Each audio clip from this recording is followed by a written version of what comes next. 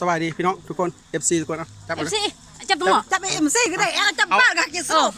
จับมาเพิ่งแล้วมาเพิ่งแล้วมาซื้อเพิ่งพี่น้องเลยลายดีนี่นะหมดเงินนั่นหมดเงินหลายล้านเลยพี่น้องนี่เพิ่งเด้อพี่น้องเด้ออยู่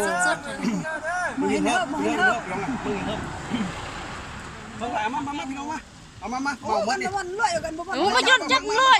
มันจับมันนักมาตัวนี้ได้แม่นนี่เด้อตัวนี้ได้แม่นอันพงละแสนได้พี่น้องเด้อพงละแสนเล่า